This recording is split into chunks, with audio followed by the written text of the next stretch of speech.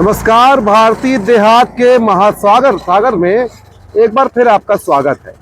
और मैं चूंकि मुझे लगातार रिपोर्ट करने के लिए उत्तर प्रदेश में खासतौर पे इस इलाके की अवध की बदहाल सड़कें या यूं कहें कि ज़ीरो सड़कें ही मिल रही हैं, और इसलिए मैंने अपना उपनाम बदल के कुछ दिनों के लिए सड़क का शहंशाह मयंक कर लिया है। इस समय हम रायबरेली की संसदीय सीट पे हैं। पिछली बार हम अमेठी की संसदीय सीट पे थे।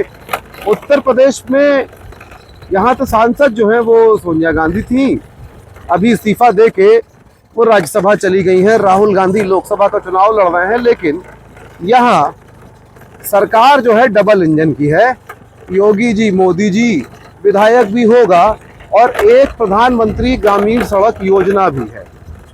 और मैं अब आपको यहाँ पर एक ऐसी सड़क या ऐसी ग्राम सड़क दिखाना चाहता हूँ जो मैं चाहता हूँ कि प्रधानमंत्री तक पहुँच जाए, जिससे उनको पता चले कि दरअसल ग्राम सड़क योजना में कई ग्राम ऐसे हैं जहाँ सड़क ही नहीं है। तो ये वो सड़क है जिसको आप देख सकते हैं।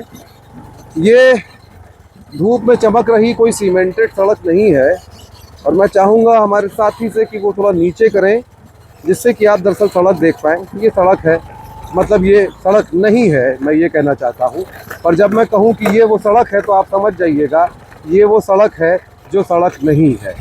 ये कुछ नहीं तो कम से कम 5 किलोमीटर का एक स्ट्रेच है रायबरेली ज़िले की महाराजगंज तहसील में, और ये ठीक रायबरेली के मशहूर जवाहर नवोदय विद्यालय के पास की एक सड़क है। अंदर कुछ नहीं तो आगे जाके कम से कम 3 से 4 गांव हैं।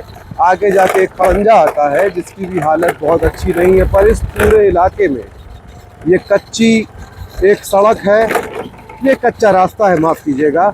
और इसकी हालत उस सड़क से भी ज़्यादा ख़राब है जो स्मृति ईरानी की संसदीय सीट पर हमने आपको दिखाई थी। और चूँकि इस पर पैदल तो आया ही नहीं जा सकता था, हम यहाँ पर 2 व्हीलर लेकर आए और हम इस पर जा रहे हैं। और पिछली बार हमने आपसे रूपक में कहा था कि अगर हम अमेठी की उस सड़क पे दही लेकर आते लोटे में तो लस्सी बन जाती। मैं आपको विश्वास दिलाता हूँ, यहाँ पर आप छाछ भी बना सकते हैं, और जिस तरह की गर्मी है उससे घी भी निकल ही आएगा।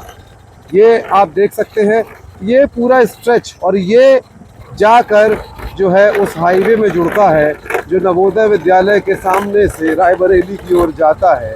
और ये यहाँ की सड़कों की, माफ़ कीजिएगा, यहाँ के रास्ते की हालत है। यहाँ खड़ंजा भी नहीं है। तसव्वुर कीजिए कि बरसात में यहाँ पर क्या हाल हो जाता होगा ग्रामीणों के लिए। हमको ग्रामीणों ने बताया, पर उससे पहले ही हम सोच चुके थे कि किस तरह का जीवन, किस तरह का नारकीय जीवन इस सड़क पर, इस रास्ते पर रहते हुए वो अपने गाँव में बरसात के मौसम में जीते होंगे। कैसे यहाँ पे वो अपनी गाड़ियाँ लेकर आते होंगे, कैसे बच्चे स्कूल जाते होंगे। और जिस विकास का दावा किया जाता है उस विकास के पहुंचने की एक शर्त सड़क भी होती है। लेकिन चूंकि इस इलाके में किसी अडानी की कोई माइनिंग का वेंचर नहीं है, किसी अंबानी का जियो का स्टोर या मार्ट या मॉल नहीं खुल रहा है, यहाँ पर साइलोज नहीं बन रहे हैं अनाज को स्टोर करने के प्राइवेट कंपनी के, इसलिए यहाँ पर सड़क नहीं पहुँची है। ज़्यादातर आबादी इस इलाके में वो ओबीसी या दलित है। यहाँ तक कि गाँव के नाम भी जातियों पर आधारित हैं, और इसलिए हम गाँव का नाम नहीं लेना चाहते जिस गाँव से होकर हम गुज़र रहे हैं, क्योंकि जाति आधारित गाँव का ही नाम है। और इसलिए यहाँ पर बाकी तमाम आसपास के इलाके में सड़क बन गई है, पर इस इलाके में अभी तक सड़क नहीं बनी। गांव के घर कच्चे हैं। प्रधानमंत्री ग्रामीण आवास योजना के बारे में लोग जानते भी नहीं हैं। आप जब उनसे बात करते हैं रायबरेली अमेठी में तो वो हैरान हो जाते हैं कि क्या कोई ऐसी भी योजना है। ए भैया, ए बचुआ, हमका फार्म दिलवा दो, हम भर दे तो हमका हो मकान का पैसा मिल जाई।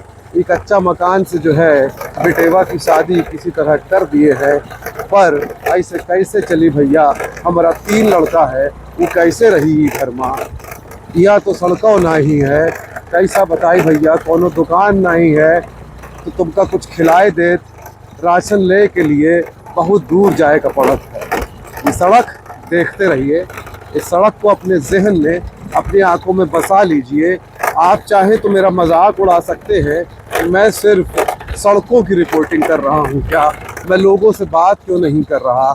लोग कैमरे पर आके बोलना नहीं चाहते। कुछ लोग गांव के दबंगों और प्रधानों से खौफजदा है, कुछ लोग विधायक से डरते हैं, कुछ लोग प्रधान और विधायक के लोग हो गए हैं और बाकी लोग निराश हैं कि हमारे बोलने से कुछ होगा नहीं। तुम लोग पहली बार यहाँ तक आए हो, हमारे पास तो कभी कोई आता नहीं, हमने विधायक को नहीं देखा, हमने सांसद को नहीं देखा। प्रधानमंत्री एक अगड़ी जाति का है, पाप कीजिएगा, प्रधान जो है, प्रधान अगली जाति का है। हम कहते हैं नहीं, आपकी सीट, आपकी पंचायत तो एससी है, आपका प्रधान हरिजन होगा। वो कहते हैं हाँ हाँ, नाम के लिए वही है, पर चुनाव उसको जिसने लड़ाया है वो ऊंची जाति का है। तो हम तो यही मानते हैं कि ऊंची जाति का वो व्यक्ति ही प्रधान है जिसने इसको चुनाव लड़वाया। हम बड़े बड़े खड्डों में से होते हुए छोटे छोटे मिट्टी के पैचेस पे चल रहे हैं। गांव के लोग इसी को रास्ता कहते हैं, इसी को सड़क कहते हैं। उनको लगता है कि उनके मुस्तकबिल में सड़क यही है और बड़ी सड़क पे, पक्की सड़क पे केवल उन लोगों का हक है जो शहरों में या हाईवे के आसपास आबाद हैं। ये हिंदुस्तान का गांव है, ये हिंदुस्तान का वो गांव है जिसके लिए कहा जाता था कि भारत की सबसे बड़ी आबादी गांव में बसती है, जिसके लिए हमारे अभी वाले प्रधानमंत्री भी कहते हैं कि भारत को गांव बनाता है। ग्रामीण जनता जो है वो मेरी माँ है, मेरा बाप है, उनका बेटा अभी ज़िंदा है। यहाँ के बहुत सारे बेटे सिर्फ इसलिए पलायन कर गए क्योंकि उनके माँ बाप, गरीब माँ बाप गाँव में ज़िंदा रह सके। हम हाईवे की तरफ आ गए हैं और यहाँ खड़ंजा आपको मिल जाएगा और खड़ंजे के ठीक सामने हाईवे है। इस कच्चे रास्ते से आते हुए हम जानबूझ के आपको इतनी देर तक अपनी बकवास सुनाते रहे क्योंकि हम चाहते थे कि आप बाहर निकलकर ये नज़ारा भी देख लें कि ठीक इस चमचमाते हुई सड़क के बगल में किस तरह की सड़क है।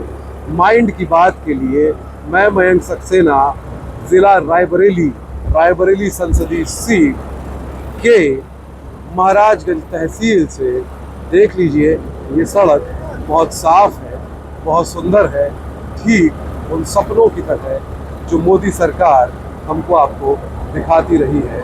सपनों को सुंदर रहने दीजिए पर सपनों को साफ मत होने दीजिए, उनमें कुछ सच्चाई बाकी रहनी चाहिए।